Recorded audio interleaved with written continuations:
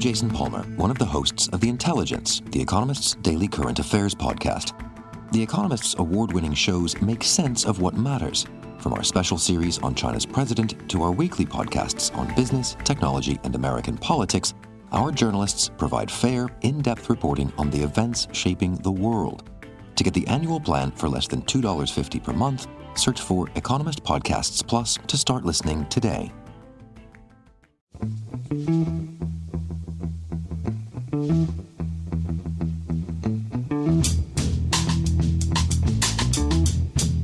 Hello and welcome to The Price of Football, the show that looks at the money behind the beautiful game with me, Kevin Day, and Liverpool University's Kieran Maguire. Kieran, how are you today? All is good. I'm up in Liverpool. It's sort of a bit damp outside, but it's 10 o'clock in the morning. We've already had phone calls, interviews taking place because this world in which we've decided to slightly inhabit has become a bit bonkers. Yeah, I'm not entirely sure we thought that through 4 years ago, Kieran. It's Newsday, Kieran, and we or I normally like to start with a light-hearted chat about life, love, and the universe before we start. But given the potential gravity of our first story, Kieran, I'm going to pass on that, as things are looking very grim at Rochdale. Yes, we're recording this on Wednesday morning, and on Tuesday, the club put out a press release to say effectively there's going to be an emergency general meeting with a view to changing the share structure, which will dilute the shares of existing owners. But most importantly, it will allow the club to issue a lot more shares. Now, we contacted Simon Gage, who's the chairman of Rochdale, and rather than me go through it, sort of trying to pick it out from websites and so on, he popped in for a chat, and this is what he had to say.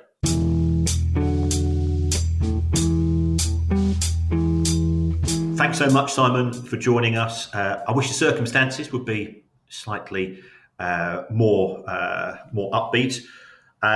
Just before we sort of start with the announcement, could you sort of give us a little bit of background as to how you got involved with Dale and your transactions to date in terms of sort of control and chairman of the club and so on? Yeah, I got involved after more turmoil at the club in June 2021, where a couple of previous directors were removed by shareholders, and as a season ticket holder, and kind of got dragged into the club at that point. I'm not sure I got involved if I'd known all the facts, but that's my fault probably, as with the other directors that joined me at that time. But it was a difficult time then, and it became more difficult because we'd just coming out of COVID, just been relegated from League One, and then without those challenges alone, which was struggle enough, we then faced a hostile takeover from a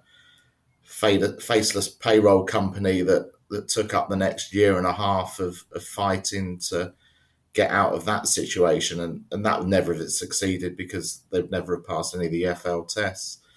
But no, it's been a tough 3 years since then, and this is a culmination of it really. That ever since I've been involved, we've been on a downward trajectory where we started off with League One costs and reducing revenue, and we've been chasing our tail on that front ever since, until this season where we've kind of got ourselves now to a more stabilised position. But even that stabilised position is a big loss without a cup run or player trading.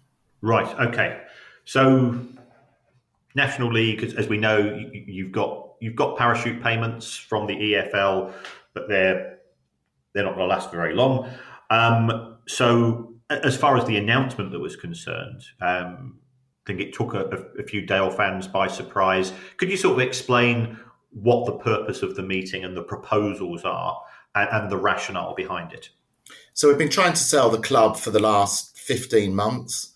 Rochdale's got a pretty unique share structure in that there isn't a beneficial owner, there isn't one majority owner.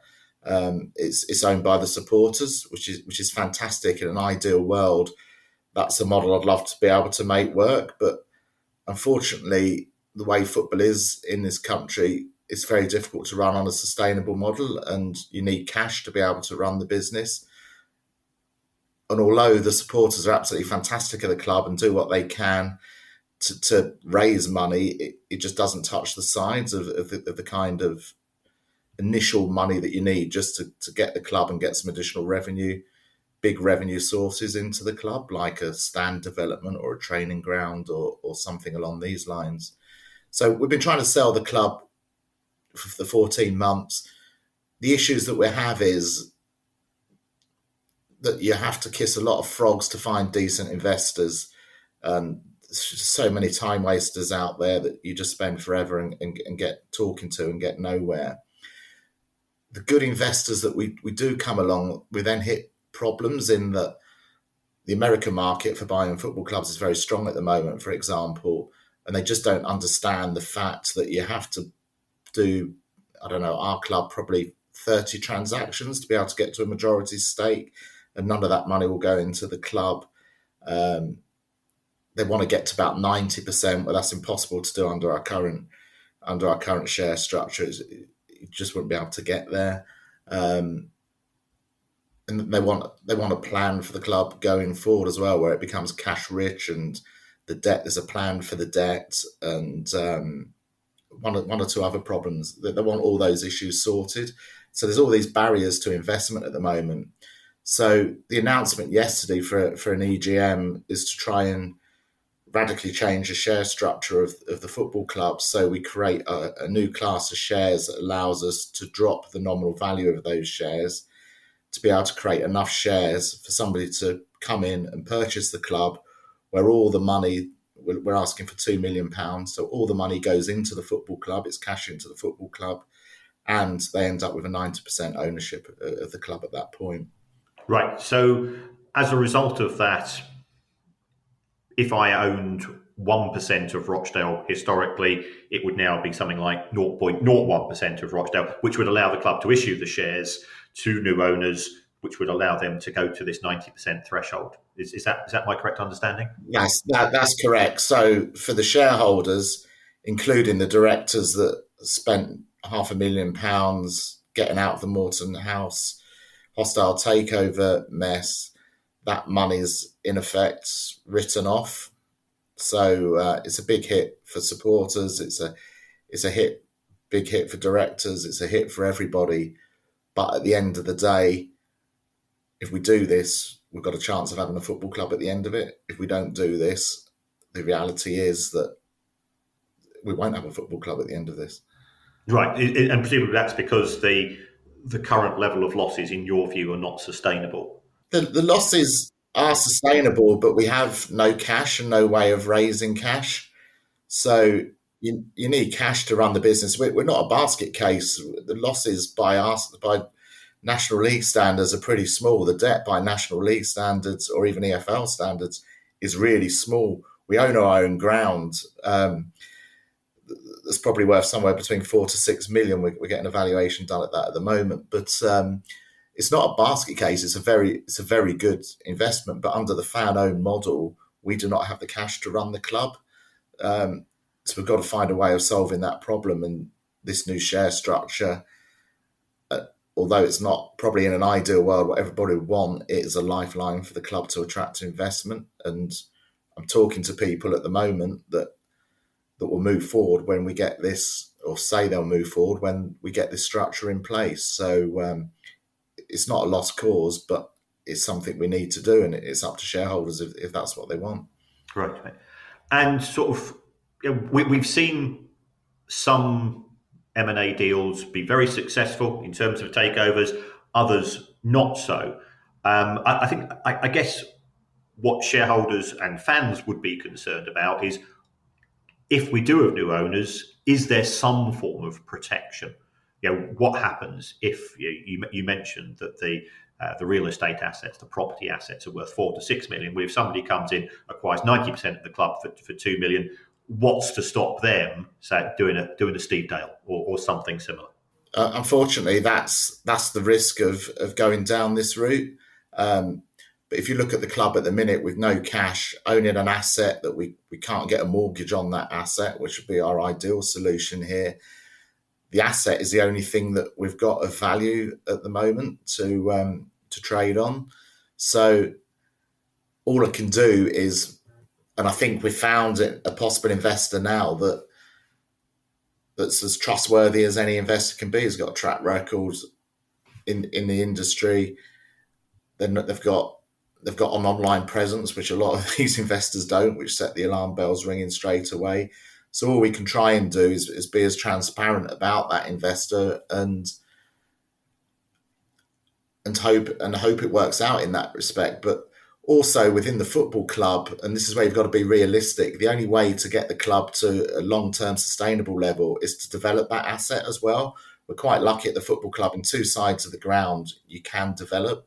So if we could I look at other clubs, if there was a hotel behind the main stand, if there was conferencing facilities behind the main stand, if there was an NHS medical centre that you could lease out behind the main stand, these are all the ideas that investors have, that if they can develop that, it brings in the additional income that then means you can grow the football club. Because as a standalone entity, the football club can't stand on its own 2 feet. You do need an additional income stream. Yep, yeah, and we've said this on the show, on the podcast on many occasions. What other business do you know is open 25, 30 days a year and is paying out bills 365 days a year? So it is a precarious model, especially when the running costs, because it's a talent-based industry, are so high. Look, we at the podcast, we want there to be a Rochdale. I can remember my first trip to Rochdale was 1980, 1981, where I just come to Manchester at university. Dale used to play on a Friday night, so I'd go along. I remember seeing one of the matches there. If anybody is interested in the club, and we do have a pretty diverse and wide audience, how would they get in contact with yourself or Rochdale? Is there a contact, or how would you advise them? If they get in touch with myself, I'm sure you'd be happy for you to pass any details on, Kieran, and we've got all the information that they require to make decisions on investment in there. But we are working to a tight timeline. So if they want to come and have a 6-month due diligence process and that's their time frame, then it's wasting everybody's time. This needs to be sorted quickly now. And actually, in the last 12 hours since we put the statement out, we've had 2 or 3 more new inquiries. So it's not all negative. I'm fairly confident as you can be that there is a solution here, but it needs the local council, it needs shareholders, it needs an investor, all to come together and everything to line up for it to happen. Right, absolutely. And what I would say, again, from my observations, the last time that Rochdale fans had suspicions, and that was certainly raised in respect of Morton House, the fans did an awful lot of their homework. So if anybody's thinking, well, I can bypass owners and directors rule, don't try and put it past the Dale fans. They'll have you on toast. So no wrong uns need apply. No, that's one of the first things we try and say to investors is, if you're not in this for the right reasons, your life will be rightly hell. You've got to be in it for the right reasons and do the right things. And that's the first conversation we have with everybody. Unfortunately, quite a few ignore that and then move on to the next stage. But in an ideal world, the ideal investor that we'll have a big online presence, a company, not be hiding behind any structure or anything like that, and be open and transparent with fans. And if they do that, they'll be welcomed at Rochdale. And I think for pound, it's one of the best investments in football at the minute. There's relatively little debt. There's a plan for what debt we have. We own our own asset, the football ground. There's not many clubs that do that. And we're not massively loss-making. So all the ingredients are there to come and buy the club for £2 million and be able to move it forward. It is a good investment, and it is attracting interest. Great. Well, thanks so very much, Gail. I know I've grabbed you at short notice. We all want all clubs to survive. I've got a vested interest. One of my best mates, the Prowler, the legendary Prowler, who is a Rochdale fan, who I've shared tours with on cricket, and one of the great characters of Northwest cricket. For him as well, I'm absolutely rooting for you. So good luck in this. All right, thank you very much.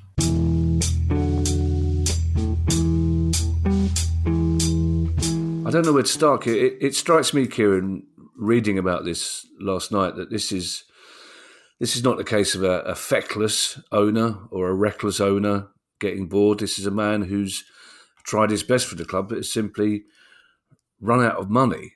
Now, and I read an interview he gave to the Manchester Evening News in which he said the club is asset rich but cash poor. I presume the assets he's talking about are the ground and the players. Would that be right?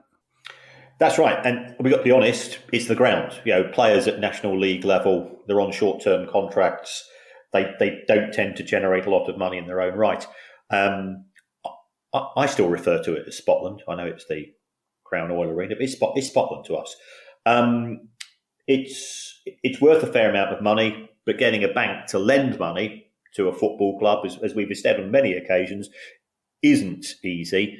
And you could borrow from other people, but they're the people you don't want to be borrowing money from. So if we take a look at what's happened at Rochdale, COVID hit everybody. COVID combined with one relegation and then a second relegation and a hostile takeover, which kept people busy.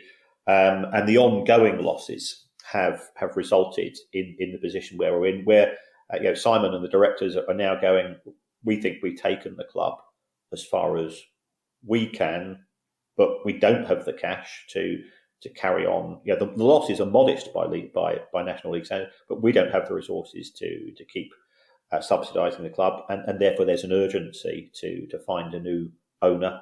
And this new structure, in his view, will assist that, because it will allow somebody to come in, buy 90% of the club, the £2 million, and take it from there. And he was honest when I put it to Simon. Well, what happens if that new person's a Steve Dale? He says we can do a bit of work ourselves, but he also pointed out to the fact that you don't cross a Rochdale fan. And if we take a look at what happened with Morton House, it was the Dale fans who did the digging into the background of those people. We don't have the equivalent of an owners and directors regime in the National League that we have in the EFL, which does make things slightly more risky. But the other alternative is that the club just effectively slides out of existence, and we don't want that either. Well, I think we should put it into perspective, Kieran, how serious this is, because Simon Gage has said if he doesn't find new owners, new investment, essentially by the middle of March, which is 3 weeks away, then there is a real possibility that the club will have to be liquidated. What I didn't quite understand, Kieran, in my research, and you'll know why I didn't understand it, because it was complicated grown-up stuff, is he said the club's management ownership structure has to change. He talked about converting shares into equity, but he said there's an AGM coming up on the 7th, I believe, in which several people have to agree to this change of management structure, or it will be almost impossible to get new people in. Could you explain that a little bit more? Yeah. If you want to attract a new owner to a football club, what are you effectively saying? We want your money. And that person is saying, what am I getting for my money? Now, one of the great things about Rochdale, and you and I both, we know the history of the Northwest and the creation of the co-op movement, which came from Rochdale, and people in the town are very proud of that and those connections. Is that Rochdale does have a few hundred shareholders. Persuading all of them to sell their shares is going to be a pain in the arse. So therefore, if I've got a couple of million quid going spare and I'm thinking of buying a football club, having to persuade all those people to sell their shares to me, and some will say no, because some have had their fingers burnt, some are very suspicious, some are very proud to own shares in Rochdale and so on. It makes it very difficult. So therefore you move on to a different club where you only have to go and buy the shares from a handful of people, and it's a much easier transaction. So what they are saying is effectively, if I own shares in Rochdale, and let's say I own 10% of Rochdale, what the club is going to do is to change that share position that you lose 99% of your shareholding. So I used to own 10%. I'm now going to own 0.1%. So if you add up all of the shareholders together, they're going to end up with less than 10%, which will allow the club to issue shares to somebody new, and therefore they can get, they can effectively, if I own 90% of a company, I can do what the hell I want. And you've seen at Palace the problems that exist when you've got individual shareholders who have got, a proportion and they don't get on. So that's the pitch to the fans. Will you accept a dilution in your stake in Rochdale? Are the shares of any value at present? If we're honest, not very much. It's a loss-making business. If the club goes into liquidation, what happens? Well, a liquidator would come in, sell off the stadium to somebody else. The proceeds of that would then go to pay off the debt, and then any money remaining would go to the shareholders. But you don't buy shares in Rochdale Football Club in the aim of making a bit of money. You do it because you love the club. So I don't see any benefit in anybody going, well, I'm not going to sell these shares because to dilute my shareholding and therefore I'm going to get less from a liquidation, because surely that's counterintuitive of being a Dale fan. Because that's the thing that worried me most, Kieran, because there's no talk of administration or any other talk. It was simply the option seems to be he gets new investment, the management structure changes, or it goes straight to liquidation. Yeah, and I think the reason for that is that before an administrator would take on the job, the first thing that the administrator says is, how are my fees going to be paid during the course of the administration? Now, in the case of Bury, Steve Dale is a scumbag, in my opinion. Okay, I think I can say that. But his goal was put Bury into administration. The administrator, because he owned 99% of the shares, he would effectively fund the course of the administration. The club had been expelled from the EFL, so the running costs were actually quite low. And he would make money on the exit route through the sale of the ground. Now that collapsed when, for a variety of reasons. In the case of Rochdale, if the club goes into administration, who's going to be paying the players' wages? Because the club's not generating enough money to do that. Who's going to be paying the lecky bill? Who's going to be paying the pie supply? And the administrators say, well, we're not going to fund it, because who's going to pay our wages as well? So it clearly, Simon Gage and the rest of the board of directors say, well, we don't have the money to pay it. So therefore, the only alternative is to put it into liquidation. In the interests of solidarity, Kieran, I'm willing to stand shoulder to shoulder with you and agree that Steve Dale is a scumbag. I think we've had this conversation with producer Guy before. His lawyers would have to prove in the court that he's not a scumbag, and I think even the best KC in the land would struggle in the court of law to prove Steve Dale wasn't a scumbag. But on a general point, Kieran, according to the Manchester Evening News, I think Simon Gage has ploughed in about £570,000 into Rochdale. Simon Gage says that's his money and his family's money, so he's taking responsibility and saying he can't do it anymore. But it does indicate, Kieran, what we've been saying for 4 years, that the finances of football at many levels are just unsustainable. And when a club relies on one benefactor to keep it going by pumping money in week after week, then inevitably this is going to happen in the future to more and more clubs, Kieran, isn't it? Yeah, and Rochdale's not a wealthy town, so the fans will say, look, we love the club, we put money in, we have bought shares, we buy the shirts, we have a couple of pints of the match, and we pay for our season. We can't physically afford it as well. And yes, it's the board of directors and the shareholder and the sort of the main shareholders who have put money in. I suspect what will also have to happen is that any loans which are outstanding, they might have to be written off as well in order to present a package to a new investor which is attractive. And lots of people will take a financial hit, and some will say, well, nobody wants to take a financial hit, but if the alternative is no Rochdale, then that's something I'm prepared to do. And finally, Kieran, I think we should say we know from experience we're pretty much presenting the official Simon Gage point of view here. There will be Rochdale fans, I know for a fact, that will have a different view on what's happened. And of course, we're only too happy to listen to what they have to say. If they want to get in touch, we appreciate there are always 2, 3, sometimes 4 sides to every story. So, of course, if there is an alternative narrative out there that other people want to put to us, we will happily look at it.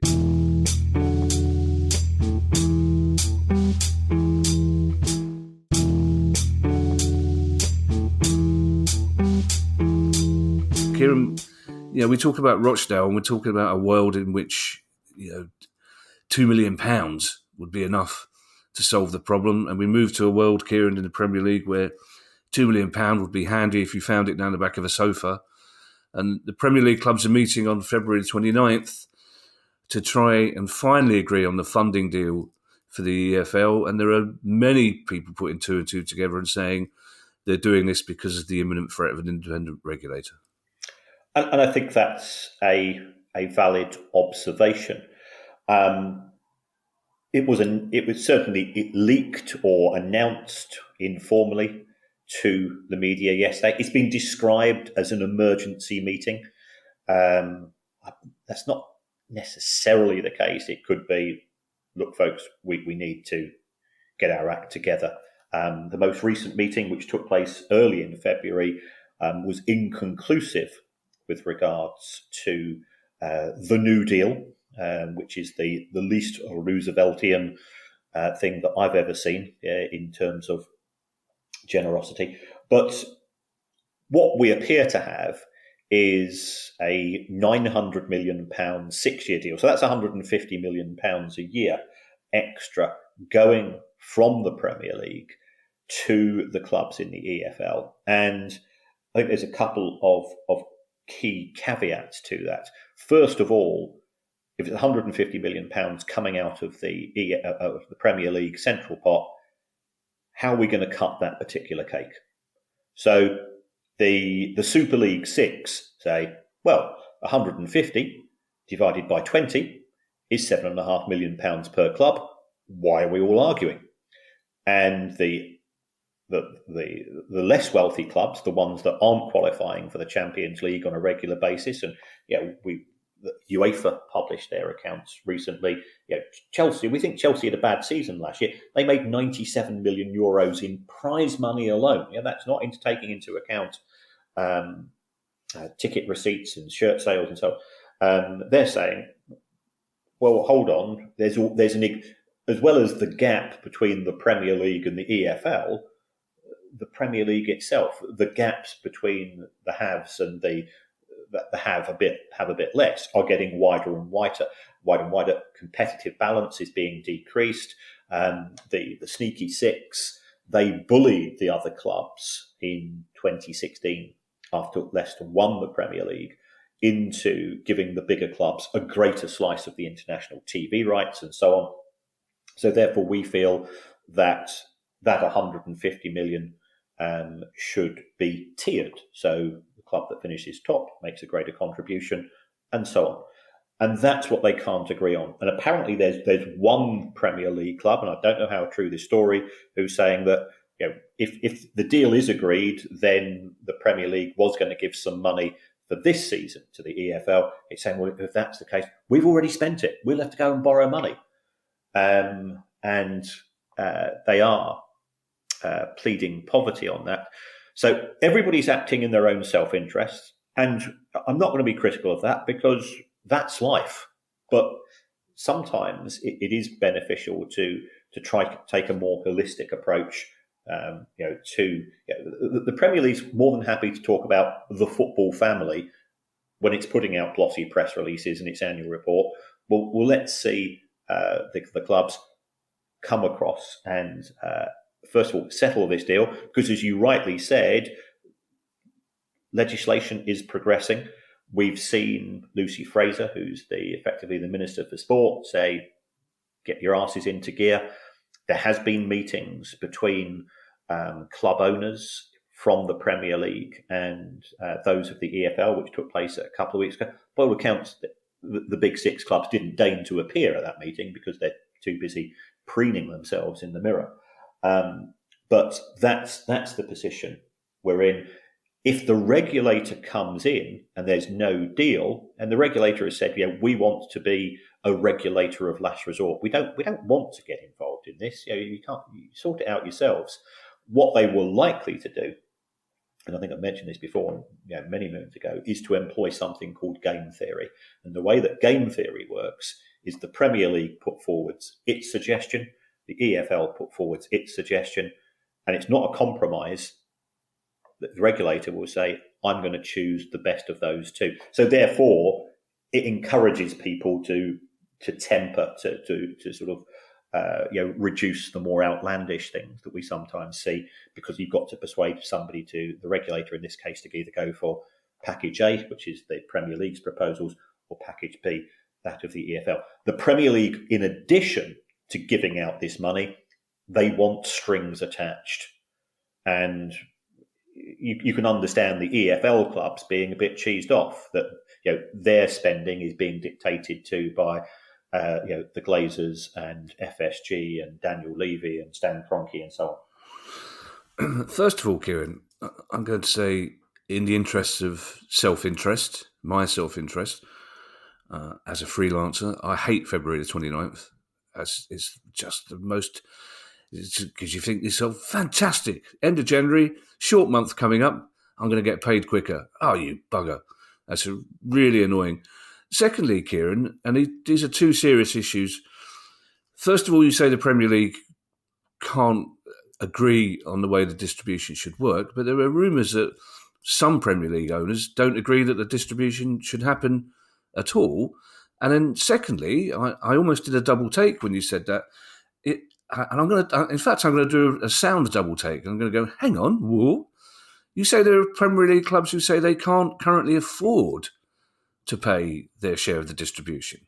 And is that what you said? They'd have to get loans to do that? That's the story which I've seen in one of the newspapers. Which, good grief. My eyebrows are used to levitating since we started recording this show, and it sounded like that they are protesting too much. Do some owners not want to give the EFL any more money? Absolutely, because they don't see beyond the Premier League. In fact, if they had their way, they'd abolish relegation. We just have this 20 club competition, and the rest of football can go to hell in a handcart. Because they've got no interest in football. It is purely an investment vehicle for them. And I think we know who those owners are. I was taken aback as well in relation to one club saying, "Oh, well, we've already allocated all of our budget for the rest of the financial year, and we'd have to go cap in hand to a bank if the Premier League now withdraws some of that money." And what, Kieran, do you think they will be saying in the boardrooms of Sheffield United and Burnley? I mean, it's not guaranteed they will go down, but it's looking increasingly likely that both those teams will go down, notwithstanding Burnley's almost guaranteed 3 points at Sellers Park on Saturday. But will they be saying, look, we want to get this through as quickly as possible because we'll actually benefit from this distribution of Premier League money? Or will they be saying, we want to stop this because then we keep more of the Premier League money we already have? I suspect the latter. You can see it from their point of view.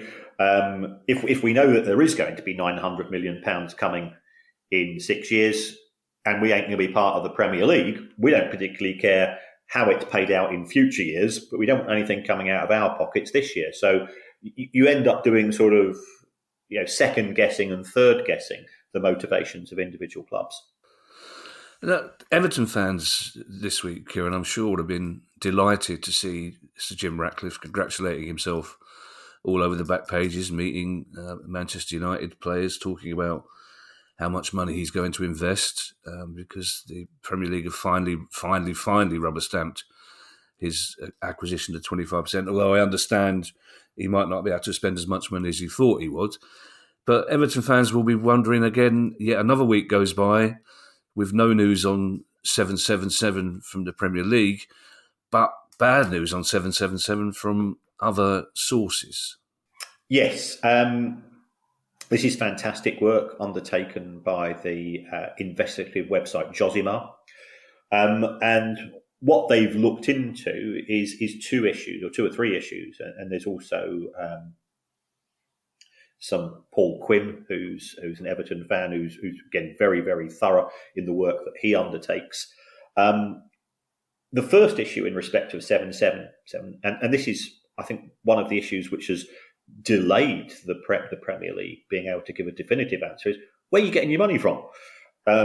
Because it looks as if the reports from Josimar are correct, that they are being funded by an organisation called ACAP, which is, and I quote, a risk solution and service provider. Now, that's the type of bland caveat that Uncle Terry's businesses used to go under. And people say, "Oh, what's that for?" Oh, just sort out risks, and provide services. And ACAP is owned by a gentleman called Kenneth King, who has been accused of, and is therefore currently innocent of, until proven otherwise, of what I can only describe as, quoted here directly from the article, a complex and massive fraud in relation to financial-based shenanigans. What we've also seen in respect of 777 has been a change in its credit rating.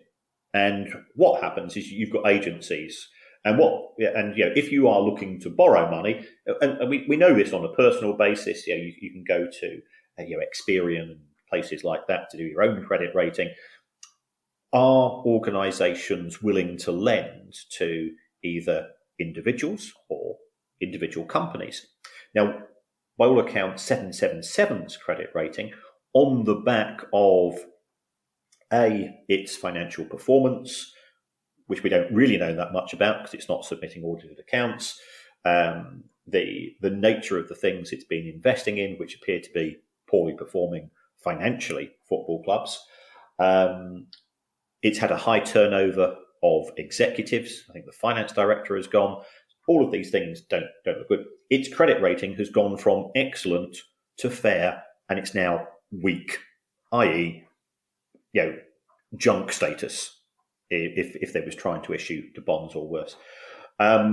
Which means if you've got a weak credit rating, two things tend to happen. First of all, there are fewer people who are willing to lend to you. And secondly, because you are a higher credit risk, they're going to charge you a higher rate of interest on the back of that. So none of that looks good. We've also seen information come out that within the 777 stable of clubs, we have Standard Liège. For the last 3 months, they have paid their wages late. These are red flags upon red flags upon red flags. So whilst the Premier League is being given a lot of stick for not giving a definitive answer, they are right to demand from 777 information. And if there's nothing of issue, if it's all just smear stories, then 777 should be in a position to be able to provide the evidence to stand up and allow the Premier League to approve, as we've seen with Jim Ratcliffe. He's whizzed it through in a fraction of the time we've had in respect of the Everton offer. The second issue in relation to Everton is what's happening with regards to the appeal, and that's it's nothing to do with 777, but Everton fans are getting increasingly fed up, and you can understand their point of view. But it's not just Everton that it impacts, because so we're recording this on Wednesday. Well, Luton are playing at Anfield tonight. Now, if that 10 points gets wiped out to 0, it means that Luton probably have to go for a win at Anfield, whereas perhaps tonight a draw could be a good result. And can you see that in hindsight, football clubs and coaches are making decisions on, this is what we've been trying to do today, lads, and then we've got all of this uncertainty thrown into the mix. And the same applies to Forest. That change in the credit rating for 777, Kieran, that deterioration, that would be taken into account by the Premier League as they continue to check whether Everton 777 is suitable to take over? It will be part of the overall assessment, yes, but I don't think it will be critical in its own right. I think the issue for the Premier League will be to say to 777, on the back of this, you're going to have to be paying a lot more interest on any loans which you're taking out, which you subsequently use to acquire Everton Football Club. We would therefore want to see the evidence that you've got the ability to repay those loans and the associated interest charges. So indirectly, yes. Directly, not quite the case. We understand, Kieran, that the appeal decision for Everton's points deduction is imminent. And knowing our luck, that means it will be about 10 minutes after we finish recording this morning. Essentially, but apparently it is on the way, and I think for all concerned, as you say, that needs to be resolved. Better news, though, Kieran, for West Brom fans. Yes. So our friend Ali from Action for Albion will be not only it will be absolutely delighted from this, and I've had some messages from him to that effect. West Brom are on a bit of a roll at present on the pitch. So what we have in respect of West Brom is that there is an approved deal in terms of Gaucho Lai has agreed to sell, and he's agreed to sell to somebody called Shilen Patel, who owns Bologna, a part interest in Bologna. And it looks as if the deal, Gaucho Lai bought West Bromwich Albion for £200 million. It looks as if he's selling the club for 20, but also handing across £40 million worth of a debt. So effectively, you're picking up a £60 million tab. So Gaucho Lai is going to have to take a big cut in this. The new owner is going to pay in 3 instalments. There's another loan which is due to a company called Warmfront Holdings, which, we've spoken about this loan where they were charging interest at 76% a year, but they've agreed to waive the interest because I think the people involved are West Brom fans and they were a bit suspicious of Gaucho Lai. So that loan is going to be repaid in 3 instalments as well.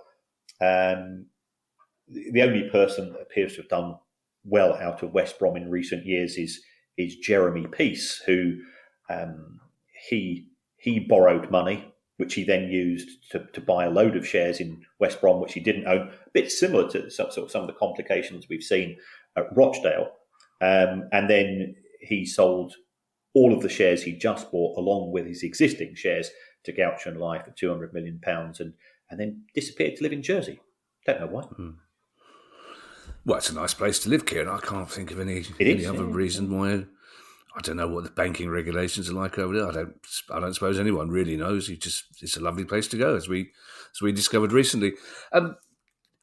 Information this week, Kieran, that 2 London Premier League clubs, are doing rather nicely when it comes to Moolah. Sadly, one of them's not Palace, but the first one's Brentford, and they seem to be doing very well off the pitch, Kieran. Yes, they've announced their second set of results in the Premier League.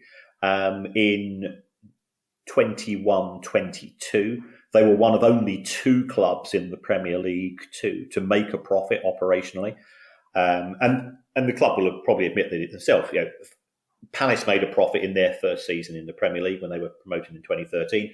Brighton did exactly the same in 2017-18, and Brentford did this. And then Palace lost money in subsequent seasons, and Brighton lost money in subsequent seasons, because you get that benefit in your first season in the Premier League. 2/3 of your squad is from the Championship. They'll have had a pay rise from probably 18 grand a week to 30 grand a week, and players are happy. And on the back of that, that's a lot less than the average in the Premier League. So the club makes a profit, and then in your second season, the players and their representatives go knocking at the chief executive. Well, okay, I've proven myself to be a Premier League footballer. Any chance of a pay rise? So we've seen a substantial increase in Brentford's wages. but it's still managed to operate at a profit. I suspect we haven't got all the payroll costs for the Premier League yet, but I suspect it's in the bottom 3 or 4. They did really well again last season, so they get the benefit of the additional £3 million per place for finishing well in the Premier League. And they've made a profit.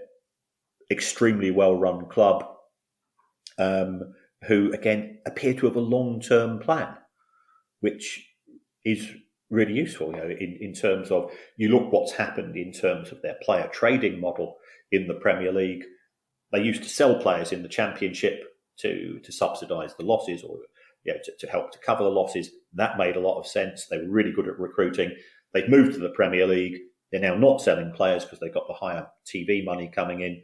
And they're not going to sell to players for 2 or 3 seasons to embed themselves in the Premier League. And then I'd expect them to start to move to more of a purchase and sale model. But they seem to have it planned out. Well, not only have they made a profit, Kieran, according to Producer Guy and his little squiggled, I don't know how he managed to squiggle notes on an email, but Producer Guy manages to do it. They've made more profit in 2 seasons in the Premier League than Man United have done in 31 seasons.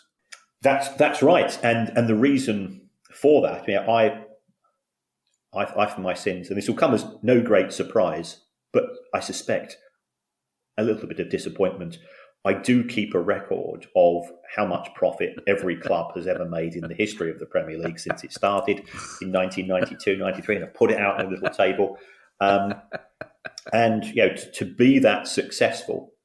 Brentford are now, after 2 seasons in the Premier League, they're about 5th or 6th in the all-time table of profit-making clubs. It puts them ahead of Manchester United. Manchester United would be top of that table were it not for the fact that they've paid out over £900 million in interest on loans taken out by the Glazers as part of their strategy for acquiring the club in 2005. I just have this image, Kieran. I've had it since the second time we met, to be perfectly honest. I formed my opinion of you very quickly. Is that where other people have photographs of their loved ones and their pets on the mantelpiece or on the toilet wall, you've got photographs of profit figures from the Premier League from 1992. Well, and let's move on to Spurs, Kieran, because the good news is Spurs are top of the Premier League and 3rd in Europe, Kieran. Imagine that. Yes. So clearly we're not talking about football. We're talking about finance. And we've said this or on many an occasion. Spurs are the best run business in English football. Spurs fans are hacked off because they know that they're the best run business in English football, and it's not delivering in terms of trophies. Although they are certainly entertaining to watch. So what UEFA have said is they're really good in terms of the money which they make on a match-by-match basis in terms of matchday income. Now, where does that come from? Yes, it comes from ticket sales. So again, let's break that down into its components. Spurs have got a decent stadium, in terms of capacity, 62,000. Because it's a brand new stadium, they very much focused on the corporate and hospitality offerings, and they are top-notch, and therefore they come at top-notch prices. Season ticket prices are steep.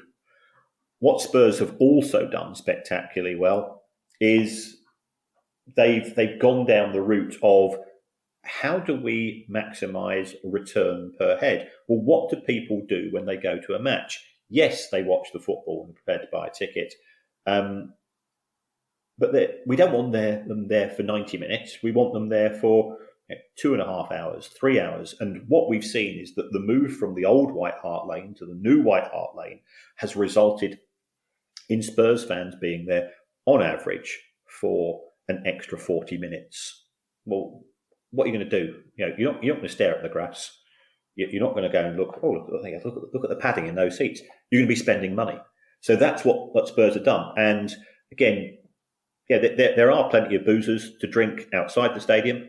So what, in terms of pricing on match days, the pricing it's not cheap, but it's not that at that level where you go, well, there's no way I'm paying that. I'm going to go down, I'm going to go down the road. So they're making far more money from catering, from either individual ticket holders or season ticket holders than they were certainly at the old White Hart Lane, but they're doing far better than the vast majority of clubs, in fact, all of the clubs in the rest of the Premier League. So I estimate that they're making £71 per fan per match, and that's pre-VAT, because of this deliberate strategy of let's make the stadium a welcoming place, let's make the concourses nice and wide. Let's organise the drinks and the food in such a way that you don't have to go and queue for 10 minutes. You straight in, straight out, and so on and so forth. I remember in 2016, Kieran, being in a pub near the old White Hart Lane. I think it was called the Beehive, which said away fans welcome. Wasn't quite true, but they did have a big sign that said away fans welcome. So we were in one bar celebrating an unlikely win, inspired by an unlikely Martin Kelly goal. And the landlord jumped onto the bar with a sledgehammer and shouted at the top of his voice, "There are Tottenham fans grieving in the next bar. Keep it down." Which turned out to be exactly the wrong thing you could say to a group of about 100 Palace fans celebrating. Once we'd mentally calculated that there were many more of us than there were of them, obviously.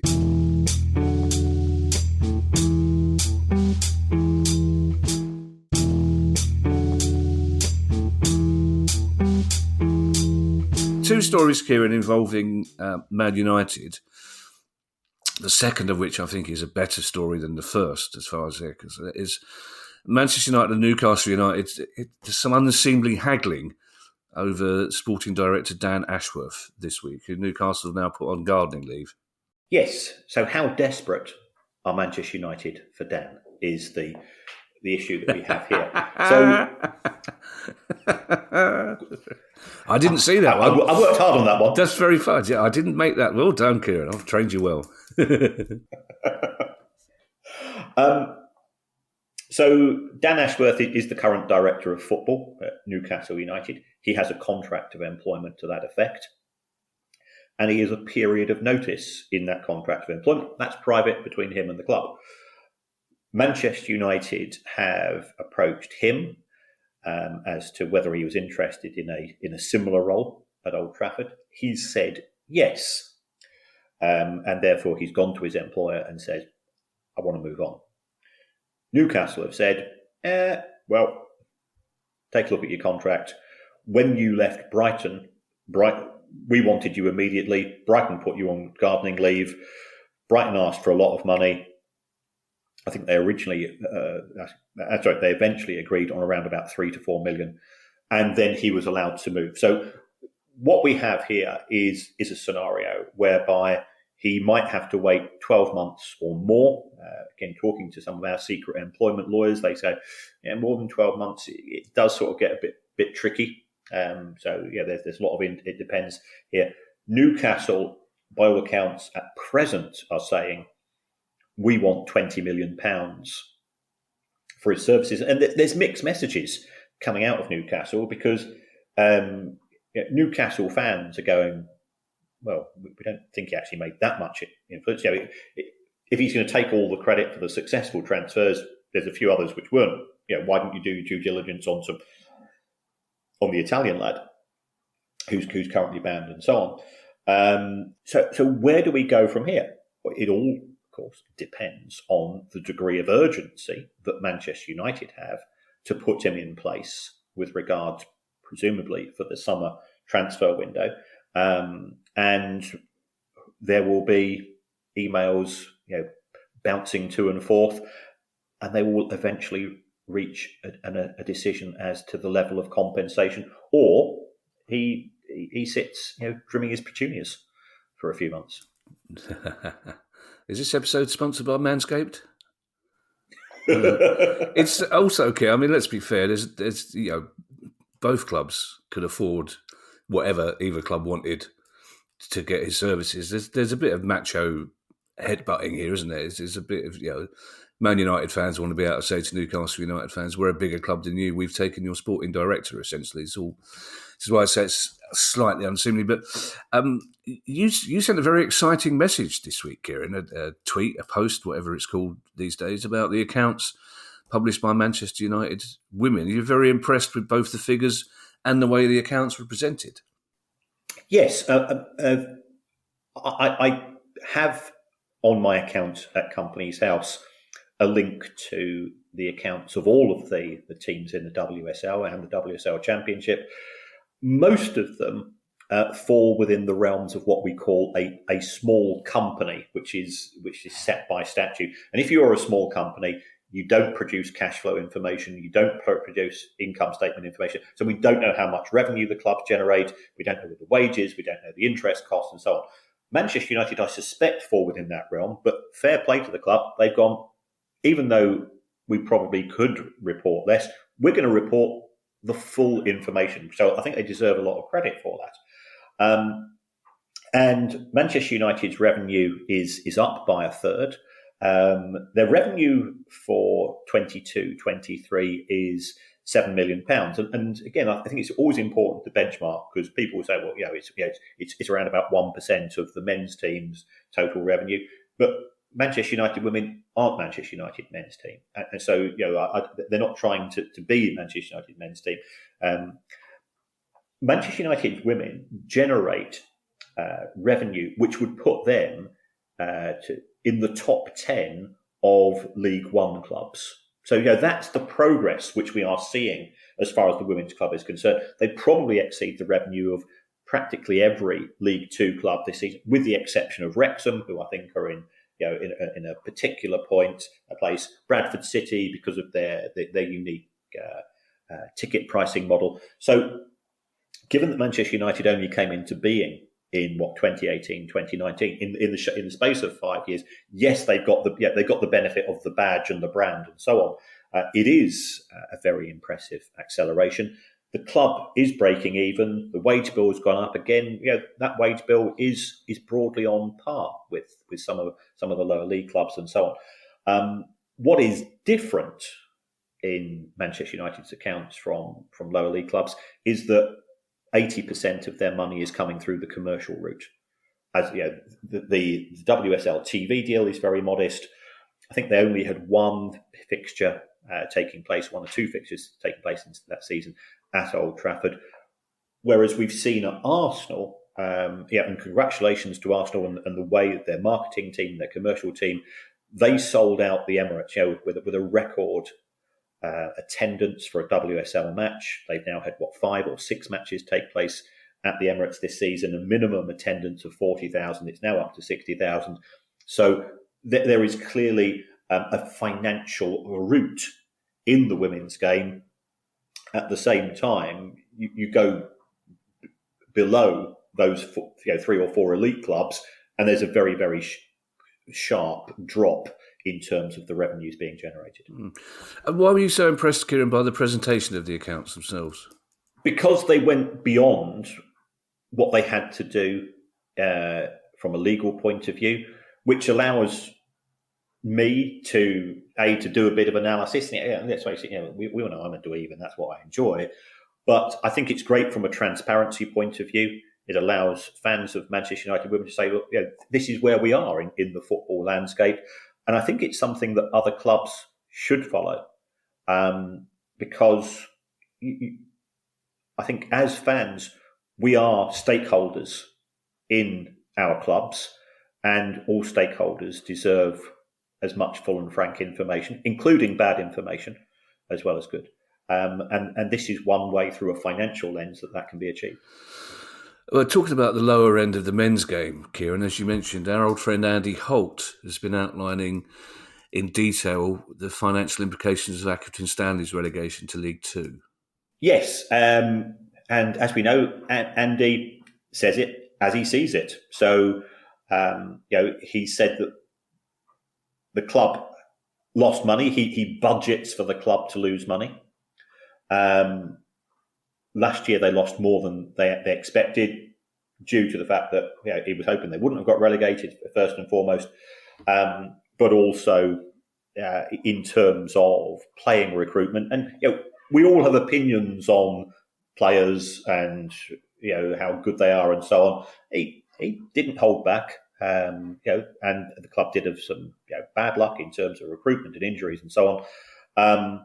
He was saying losing more money than I would like to. We had Andy on the show, in the last 6 months, where I've never seen him as down as he was then. I thought he was combative on social media, and he said, if somebody comes in and makes me a good offer, I'll consider it. But I got the impression he's enjoying the fight and the challenges, and his affection for the club is still very much there. Which is good to hear. But Crawley Town have posted big losses, Kieran, and in any normal news pod, that would be the end of the story. We'd just say Crawley Town have posted big losses, so has everyone else, and move on. But the reason I want to explore it in a little tiny bit more detail is that we spoke to Martin Calladine recently, who's written a brilliant book about the effect of crypto in English football, and Crawley Town were one of the clubs we talked about at some length. So I'll be interested to hear what you have to say about those losses, Kieran. Yes, so Crawley lost £4 million, and that's 80 grand a week. That's a lot of money by League Two standards. The clubs do tend to lose money, but certainly not to that extent. So therefore, you ask the question why and how. And I'm not being unpleasant to the two owners. They don't know anything about football, and my concern is that as Martin explained, Crawley Town had an initial sort of benefit burst of interest and extra money coming into the club. They sold non-fungible tokens, which were then used for a variety of purposes, such as what position should we try to recruit for. They've been through quite a few managers. They looked at one stage, they were in genuine danger of dropping out of the EFL because they were too close to the relegation zone for comfort. But things seem to have stabilised. That initial interest from the crypto community has, surprise, now dried up. And therefore, my concern is that their lack of familiarity with the industry means that they are in a position where they can be taken advantage of because they put their trust in people and whose interests are self-interest rather than the interests of Crawley Town Football Club. And that can be very expensive. And we've seen that happen at other clubs as well. New owners come in, unfamiliar with the industry. This person seems pretty reliable, and you get your trousers taken down and absolutely fleeced. And that's where Crawley don't generate enough money to be able to lose £4 million on a regular basis unless we were talking about Rochdale earlier. Unless you've got somebody with that level of wealth to subsidise those losses. Just remind me, kid, because by all accounts, I mean Martin agreed himself. These two guys at Crawley are nice chaps, well-meaning chaps. It's Wagme, isn't it? Well, is that their? That's Wagme. Yeah. I've had a conversation with one of them, and it was a very long conversation, and he came across. I'll be honest, I'm not a good judge of character, but he came across very, very well, and he wasn't coming out with outlandish nonsense, and he just wanted sort of a bit of background in terms of the finances of football and how it operates and so on. Yeah, unfortunately, as Martin says in his book, the general gist is that crypto doesn't understand football and football doesn't understand crypto. And while we're in that hinterland, It's going to cause problems for both. This last story, Kieran, you and I were both relatively equitable people. We've seen a lot in life. You kind of realise it's not worth getting upset about most things, although come back to me at 5 to 5 Sellers Park on Saturday if a brand new style of football goes tits up. But this story, Kieran, we're both huge supporters of grassroots football. This last story just really, really annoyed me. Really, for so many reasons, and some of which we discussed with our interview guests this week. But it's just wrong, this story, Kieran. Yes. So this is the borough of Maidenhead. So we've just been talking about the Premier League finding £900 million over 6 years to fund not grassroots football, but to have an agreement with the EFL to try to make the cliff edge a little less steep, but it's still pretty steep. But this is in relation to utilisation of park football, five-a-side facilities and so on. And the Borough of Maidenhead has put up the season-long price for pitch hire from a not already inconsiderable £2,233 to £4,000 a season. And some of the other price rises, I think, for kids, there used to be some facilities which were available for kids teams for free. There's now going to be a charge for this. And you look at this, this country has a problem with its health.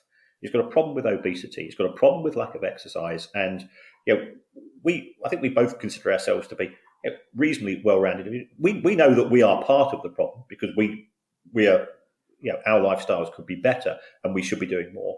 But there should also be facilities to allow people to get exercise. It's good from a physical point of view. It's good for getting out of the house point of view. It's good for meeting new people, bonding, mental health. There are so many benefits of competitive sport or facilities.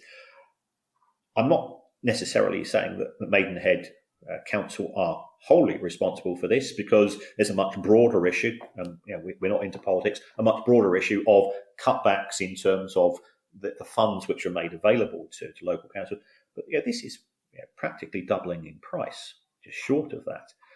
And it does mean that there's a genuine danger of facilities being made available to a much smaller pool of people. And that is not good. It's not good for the lads and lasses and kids and grandkids. I play walking football. Well, okay, if I play £3 a match, if they put it up to £5 a match, it ain't going to influence me. But there's, I play walking football. I'm in my 60s. There's blokes there in their 70s. There's blokes there whose main income is their state pension. Well, it's not right. It's embarrassing. We are the 5th richest country in the world. And why are we doing this to the people of this country? To be fair, Kieran, there are ex-teammates of ours who used to play with us in the old days who would say we played walking football back then as well. So not that much has changed. But the thing is, Kieran, I don't care what politics you are. I don't care what party people listening to this vote for. I hope they do vote. But I don't think anyone could disagree that no matter how local authorities are feeling the squeeze, if you start taking football pitches away, cricket pitches away, running tracks away, libraries away, then you're just storing up problems for the next generation to deal with. And these are amounts of money that in terms of local budgets are minimal. And it's like you say, Kieran, you're taking the risk, just old chaps, just in not just the physical fitness level of mucking about playing walking football, but just getting out of the house, getting some fresh air, having some chat, being able to talk about problems. It just really... Thank you to everyone who's donated to the pod via our Patreon page. If you'd like to make a small monthly contribution to the pod as well, that'd be very kind of you, and it will get you access to our chat community and our regular quizzes. And you can do that by going to patreon.com/priceoffootball. If you'd like a question you'd like answered on the show, email us at questions@priceoffootball.com.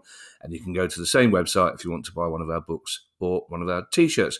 We'll be back on Monday with our next questions pod. In the meantime, I shall hand you over to Mr. Kieran Maguire for his customary farewell.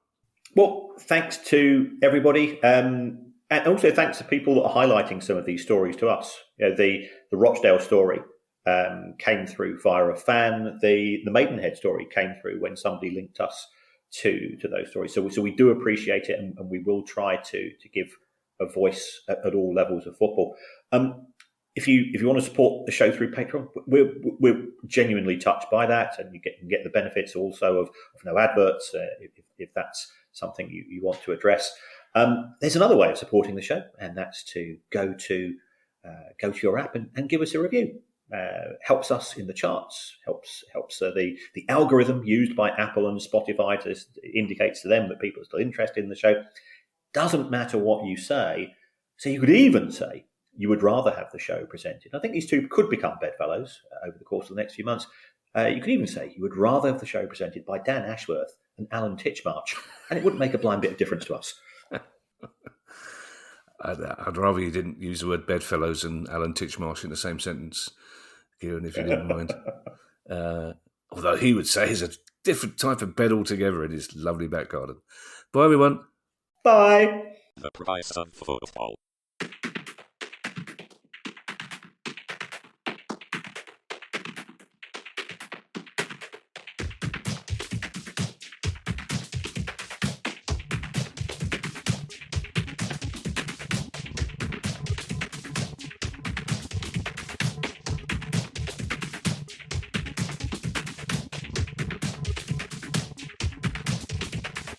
The price of football.